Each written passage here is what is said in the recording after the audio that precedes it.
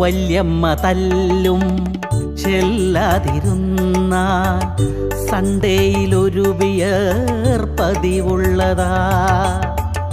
വല്യമ്മ തല്ലും ചെല്ലാതിരുന്നാൽ സൺഡേയിലൊരു ബിയർ പതിവുള്ളതാ. ഷുഗറിനു മധുരം വേണ്ടെന്ന സന്ദേശം സുനിൽ അബ്രഹാം ഡോക്ടർ പറഞ്ഞു തന്നു. ആൽക്കഹോളിൻ്റെ കണ്ടന്റ് കൂടിയ ലിവറിൽ സിറോസിസ് നിറയുമെന്ന്.